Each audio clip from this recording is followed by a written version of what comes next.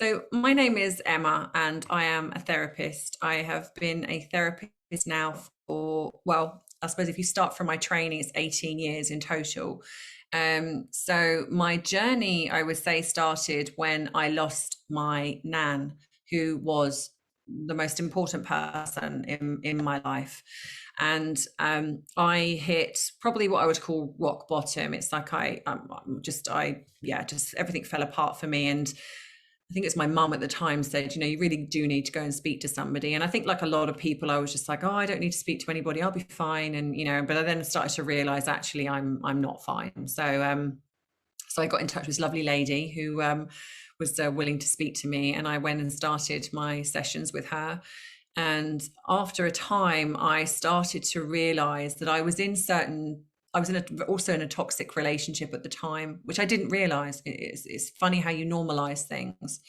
And I remember her saying to me, "You're not crazy, you're kind of being told these things, and you're not any of those things." And I find it quite sad that you're taking that on, and actually it's almost like it's normal. Where does that come from? And so I kind of then sort of started to look back on my life and the things with my nan, and she just opened up my world, of how I viewed myself, how I was my own worst critic. I always put myself down, always. And I think that was why I was making choices in relationships that were detrimental to me, because I didn't have that sort of self-worth within myself. So kind of work with her. And I started to notice the shift and changes to the one point I remember walking home one day and walking into my house with this toxic partner. And I remember he was standing in the kitchen at the time, and I just walked in and I said, "Get out." And I remember him looking at me very shocked, and he was like, "What?" And I was like, "Get out. We're over, we're done." And he laughed at me and he said, yeah, you'll take me back. Because I did, before I would always, break up, we'd get back together again. It was that, rinse and repeat. And I went, you know what? No, I really, no, we're done. And we were, and he walked, and I never ever took him back. And I then carried on working with my therapist, and my life just changed. And I said to her, "Do you know what I want to do? I want to do what you're doing. I want to help people." And she said, "Well, if that's what you want to do, I'll help you within that." And so I then started on an introductory course in counselling. She worked with me, and it was literally the start of my journey into becoming a therapist. Even though I wasn't sure exactly what I wanted to help people, but I didn't know exactly where that was going to take me. But I knew I wanted to do something, but it kind of was like a natural progression, and it was not easy, don't get me wrong. And I had to look at aspects of myself even further than the therapy that I was doing already, because I recognized that so many behaviors I was doing was quite really destructive, and you really do have to go to those depths of yourself that are so unpleasant. And it frustrates me when people go, "Oh, anyone could be a therapist." No, they really, really can't.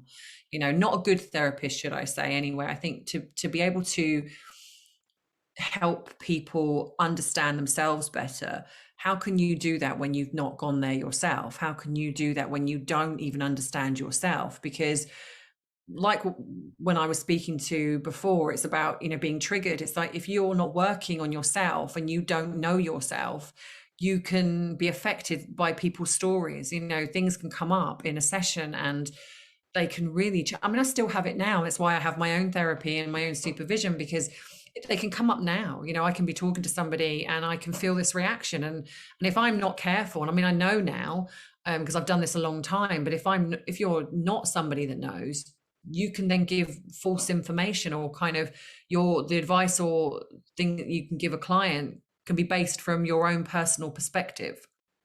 And that can be damaging because it might not work for them.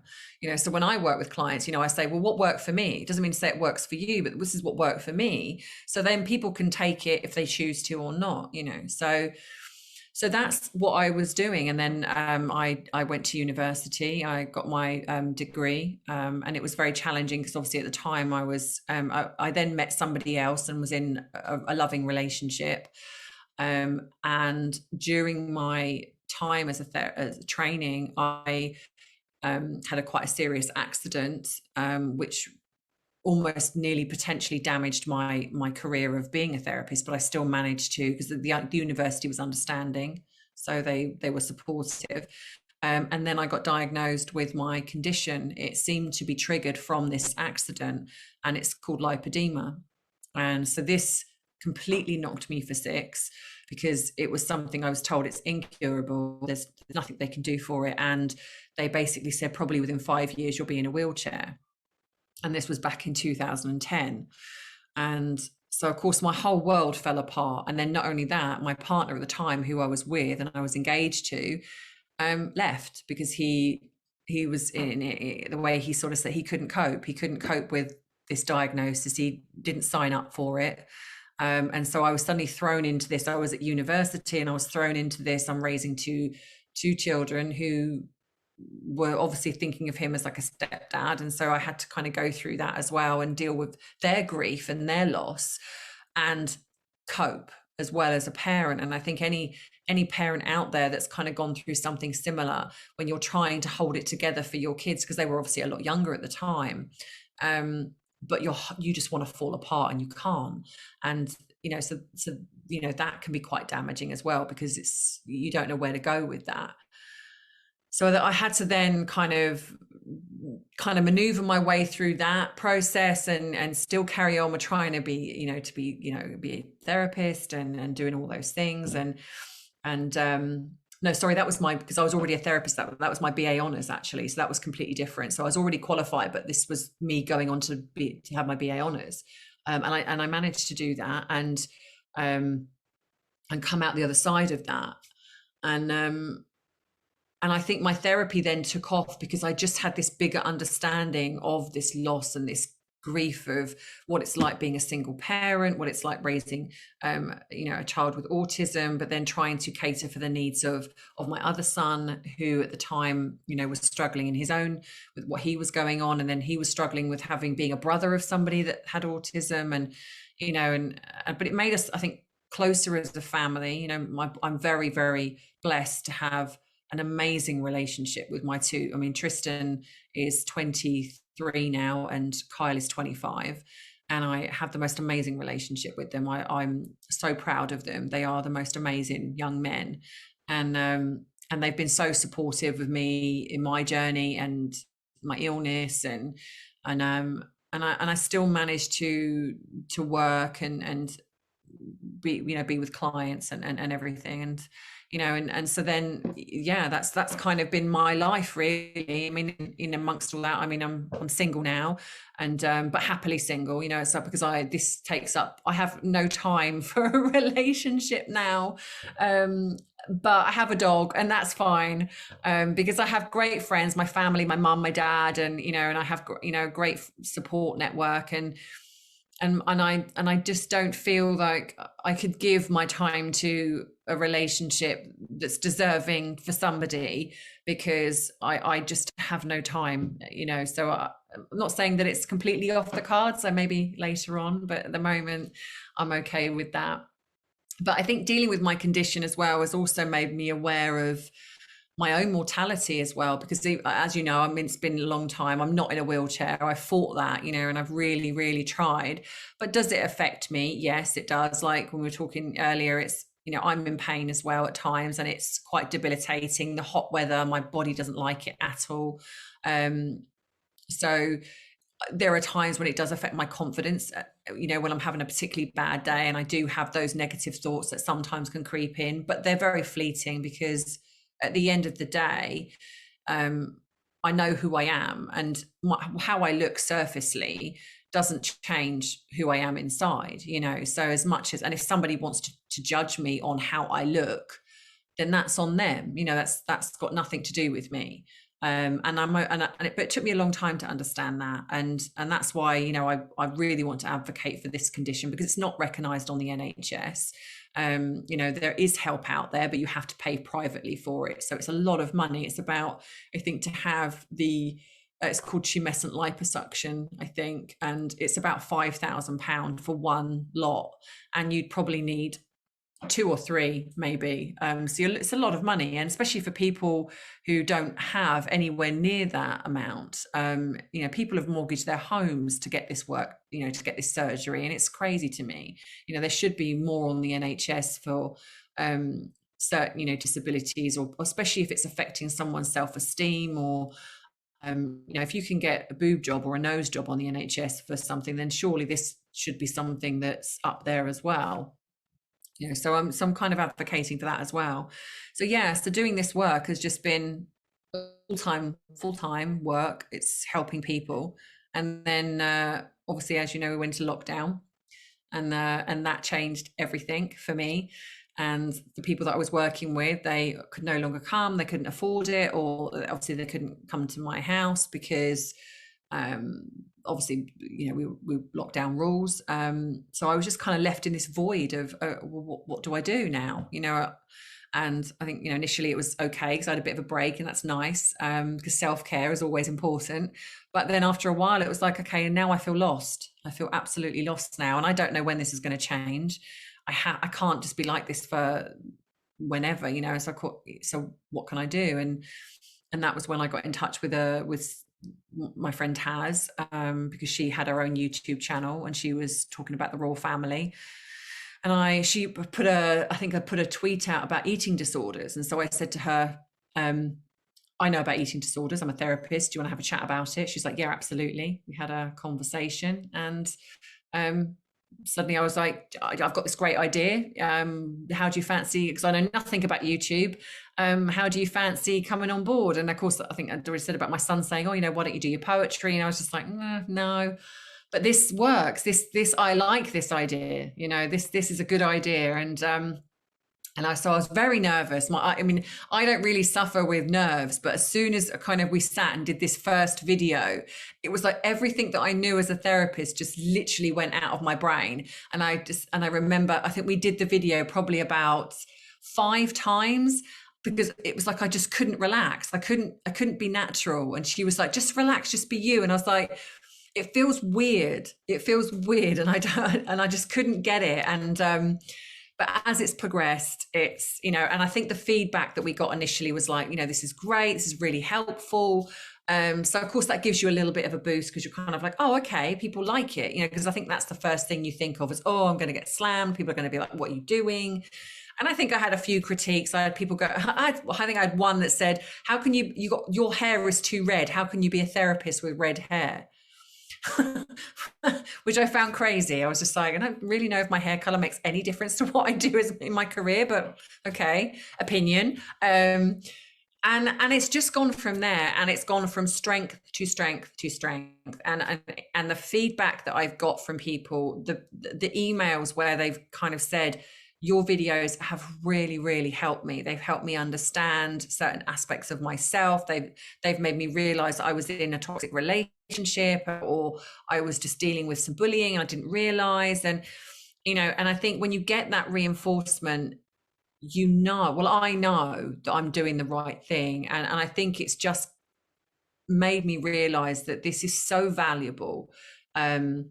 And obviously Taz is no longer involved in the channel through her own choice, because obviously life has taken a different direction for her. Now we've come out of lockdown, and there was, again, the nerves kicked in of like, can I carry this by myself? Because, you know, Taz, I mean, she's wonderful, and she's, you know, she's such a bubbly personality. And I thought, oh, you know, am I too serious? People aren't going to like me. And I went through all of those things. And so I thought, you know, I'm just going to try one. I'm going to put it out there and see what feedback I get. And initially I kind of got, oh, you know, I'm not sure, like you with Taz. And I was like, no, I'm going to persevere. I'm just going to keep doing it. And now it's people just, yeah, they now know me as Ems, and they like the channel and for what it is. And it's a slow trickle effect. But to be honest, I'm quite glad about that, because I think if it just went from 0 to say 100,000 subscribers, I wouldn't be able to keep up with it. So in a way, the fact that it's slowly growing, it means that when I get all the comments, I can answer all the comments, and they come in little trickles, and the emails that I get come in, you know, and I can answer all of those and support people. And I offer the free hour for anyone that wants to talk. And I will find the space and time for them. And, you know, yeah. And so I think this now is going to be, it's my life, it's my life's work. I think if ever we can sort of go, if we leave something behind as a legacy, I would like to think that this is it. This I've left behind, hopefully, a few people that perhaps have looked at the channel, or I've helped on a phone call, and I've hopefully changed the trajectory. I always struggle with this word, trajectory of their life, to go in a different direction, a more positive, healthy direction. So that in a nutshell is kind of is me and what I do, and I hope it continues. I hope that, well, if the more the people that want it, as long as the videos they want them, I'll keep doing it. So that's kind of what I do, and that is how the YouTube channel was born. So one of the other things that I also am very passionate about, aside from obviously when talking about autism and raising my son who's autistic, and being a real advocate for that, I'm also a real advocate for free speech. And there's this whole thing at the moment with your truth, my truth, and where do we sit in the middle of that? And I think it doesn't matter, because the great scheme of things is we're entitled to an opinion. We don't have to agree. We do not have to agree with someone's opinion, because at the end of the day, we're autonomous. We are free thinking people. So if I have an opinion about something, I invite someone to come over and say, you know what, I don't agree with your opinion, and here's why. And I will sit and I will listen. And and if I still don't agree, because that's okay, I will then put my point of view across and say, this is why I don't. And perhaps, within that conversation, you might learn something, I might learn something, about someone else's point of view, and they might give you something that you didn't even think of. And I think this is what's beautiful about being a human, is the fact that we are free to think and believe what we choose. The problem we have right now is with this, the way things are, is that when people are being bullied or coerced into speaking and believing in a broad, almost like in a generalization. It's like, I don't believe you. Well, no, that's wrong. Well, no, it's not, because at the end of the day, it's I'm me. I'm allowed to not believe, and that's my choice. And then people are also then fearfully not wanting to put their point of view across, because they're scared of being online trolled, or they're scared of losing their job, or they're scared of I don't know, losing a friend or losing a partner because they've dared to speak out. And I think this is one of the biggest, apart from the pandemic that's going on at the moment, this is one of the biggest things I think that is going on at the moment with this, people being bullied and coerced into behaving and being a certain way when they actually don't want to be. And if I can keep advocating for that change and keep advocating for free speech and being autonomous and just being okay with him being you don't have to like something, you don't have to agree with somebody, it's okay, but own it, and I think that's the biggest thing. It's like, if you don't like something, own it, and don't be afraid to own it, but then respect the fact that someone else could come back and also do the same, and be okay with that too. So I think this is one of the things that I invite people on the channel. If you do not agree with me, I don't block your comments. If you're disrespectful and rude, because I think, at the end of the day, we're not responsible for how someone perceives something, but we are responsible for what we say.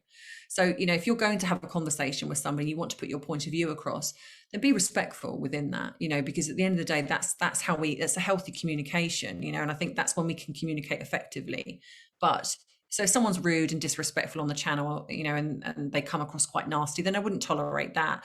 But if you don't agree with me, I absolutely invite that on my channel, and I invite that with anybody on Twitter, whether I'm on Instagram, wherever. If you don't agree with me, come talk to me. I am more than happy, because I don't say that I know everything. This is how we learn and how we grow as human beings. It's like we open that up. And so I think, for me, this is one of the biggest issues that are, one of the biggest issues, going on at the moment. And I just hope that this video actually gives people pause for thought, and maybe they can have a conversation with somebody rather than, no, I'm shutting that down. So yeah.